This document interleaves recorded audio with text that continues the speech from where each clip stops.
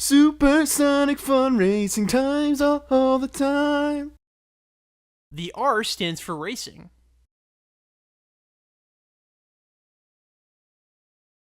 To quote my good friend Michelle Marcel, Sonic R is a terrible game with great music.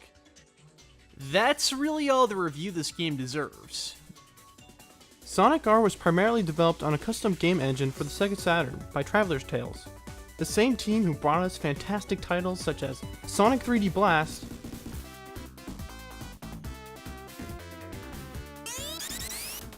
and all of those fantastic LEGO games. This game was made fairly quickly, and it shows in a lot of ways. On the surface, the game is sparse. You start off with a few characters, and there's only 5 stages in total. In execution, the game just plain doesn't feel right. The characters feel, for lack of a better word, slippery.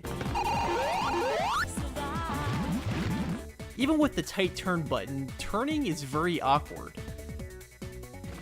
God help you if you're going to play as somebody who isn't Sonic or Knuckles. You really should play as Knuckles.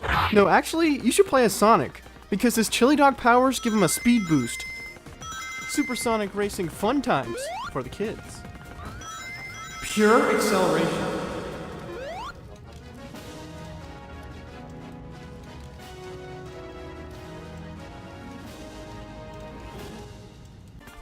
The problem is that the level design demands a certain level of precision from the player that the controls and physics simply don't provide.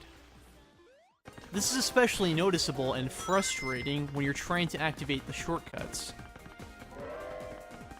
The shortcuts only activate once you obtain a certain number of rings, which is cumbersome as hell to do because the controls and physics aren't as good as they should be. Precision is also demanded to get the unlockables in single-player mode, but there's no fair way for the player to practice.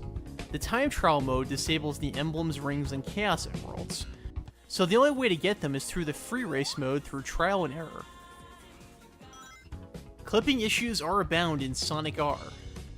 Even some really good games have clipping issues, but the graphical glitches in Sonic R seem like no effort was put in to address them, or even make them work in the game's favor. They're a total eyesore. Some stages seem like they've never been playtested properly. I'm playing the Regal Ruin stage here, and I got stuck on the loop-de-loop on more than one occasion. Here I'm playing, and I'm pressing every single button on the controller, the face buttons, the pads, the sticks, every which way, and nothing. And then there's the soundtrack. That cheesy, gooey soundtrack. It's reminiscent of 90s pop music for better or worse. I'd say, for the better.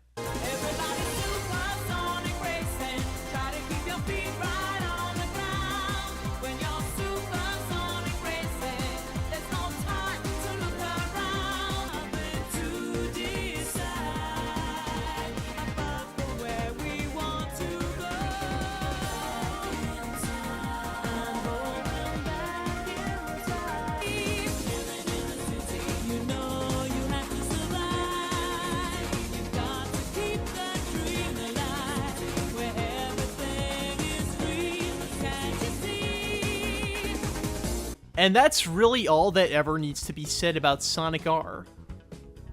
Sorry for the short review, there simply isn't much game here to analyze. Making a full-fledged Sonic racing game with Sonic characters seems like a no-brainer, but there is no soul here. Sonic R largely seems like a proof of concept for a graphics engine rather than a finished product. It's really no surprise that other racing games from this era like Mario Kart 64 and F-Zero X totally eclipse this game.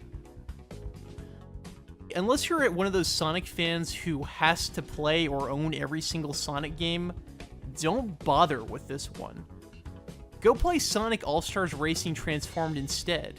It's easier to obtain and you'll have much more fun because it's a better racing game.